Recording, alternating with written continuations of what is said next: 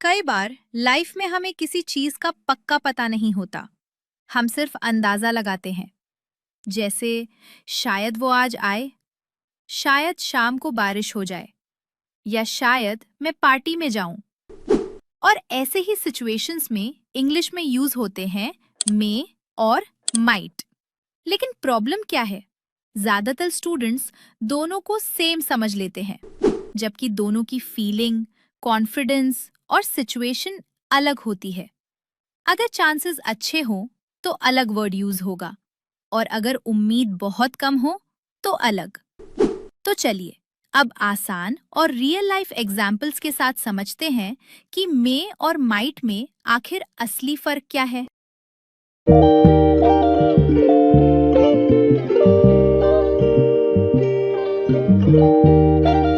Use of May and might. दोस्तों, सबसे पहले हम सीखेंगे पॉसिबिलिटी यानी संभावना। रियल लाइफ में कई बार हमें किसी चीज का एग्जैक्ट पता नहीं होता, हम सिर्फ गेस करते हैं।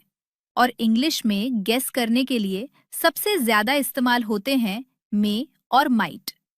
लेकिन प्रॉब्लम क्या है?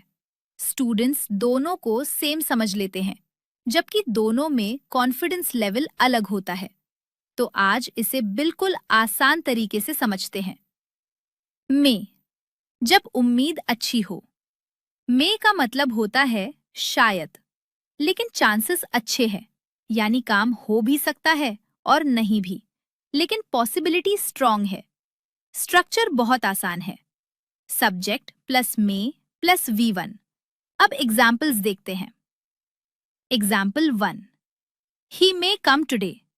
वो आज आ सकता है, यानी हमें पूरा भरोसा नहीं है, लेकिन चांसेस अच्छे हैं कि वो आएगा। शायद उसने प्रॉमिस किया है, या उसने कहा है कि वो फ्री है, तो यहाँ मे यूज होगा। Example 2, it may rain in the evening. शाम को बारिश हो सकती है। अब इमेजिन कीजिए, सुबह से बादल हैं, मौसम थोड़ा ठंडा है, तो चांसेस अच्छे हैं कि बारिश हो जाए, इसलिए हम बोलेंगे it may rain.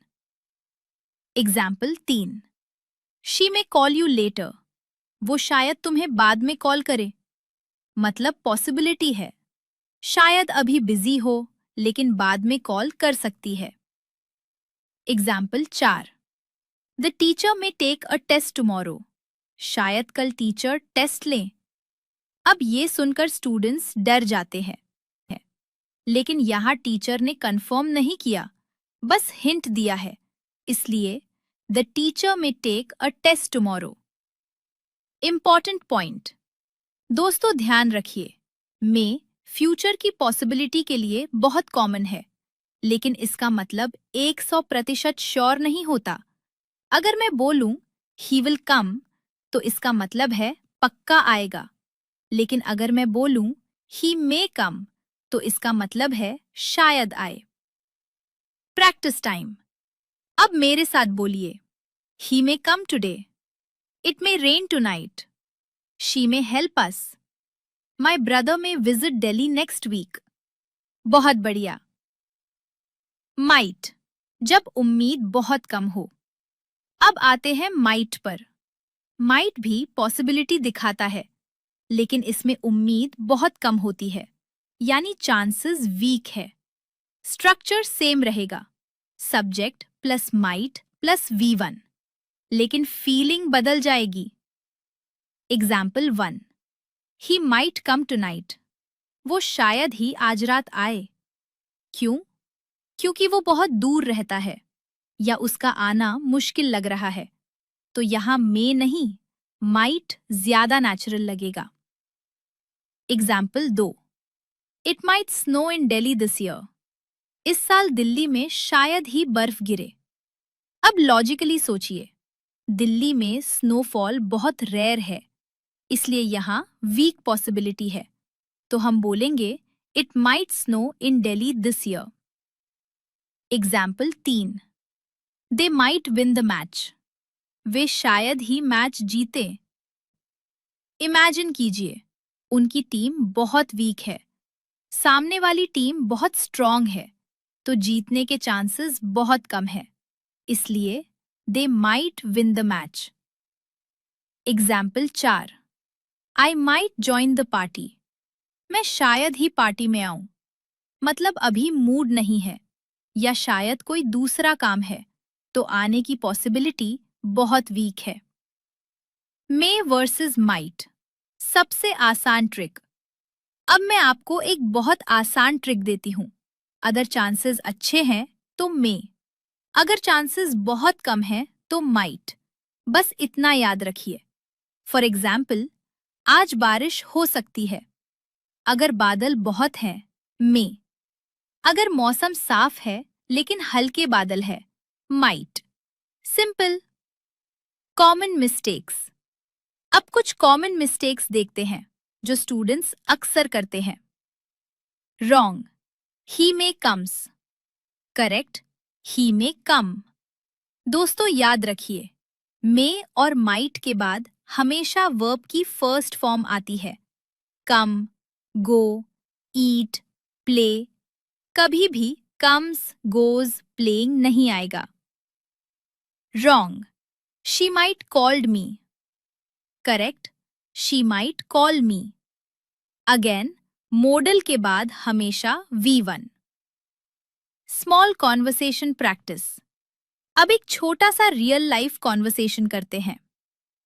Conversation A। Will Rahul come to the party? B। He may come. A। And what about Aman? B। He might come. देखा आपने, राहुल के आने के चांसेस अच्छे हैं, लेकिन अमन के चांसेस कम हैं। बस यही डिफरेंस है। Rapid fire practice. अब मैं हिंदी बोलूंगी, आप इंग्लिश बोलने की कोशिश कीजिए। वो शायद आज आए। ही मे कम टुडे। वे शायद मैच जीते। दे माइट विन द मैच। शायद शाम को बारिश हो। It may rain in the evening. मैं शायद पार्टी में आऊं। I might join the party. Excellent दोस्तों, अब आप मे और माइट को सिर्फ ग्रामर की तरह नहीं, बल्कि फीलिंग की तरह समझ रहे हैं, और यही स्पोकन इंग्लिश की रियल पावर है। अब आगे हम सीखेंगे चाहिए के 3 अलग-अलग लेवल्स, मस्ट, ऑट टू और शुड, जहां आपको समझ आएगा कि कब एडवाइस देना है, कब रिस्पॉन्सिबिलिटी दिखानी है और कब स्ट्रिक्ट रूल बताना है। तो अब मे और माइट का डिफरेंस बिल्कुल क्लियर हो गया होगा। मे तब यूज होता है जब चांसेस अच्छे हों और माइट तब जब उम्मीद बहुत कम हो। बस यही छोटी सी ट्रिक आपको हमेशा याद रखनी है। अब थोड़ा प्रैक्टिस कीजिए और खुद से मे और माइट के सेंटेंसेस बनाइए, क्योंकि स्पोकन इंग्लिश सिर्फ पढ़ने से नहीं, बल्कि बोलने से इंप्रूव होती है। अब आगे सीखते हैं शुड, मस्ट और ऑट टू, यानी चाहिए के अलग-अलग लेवल्स।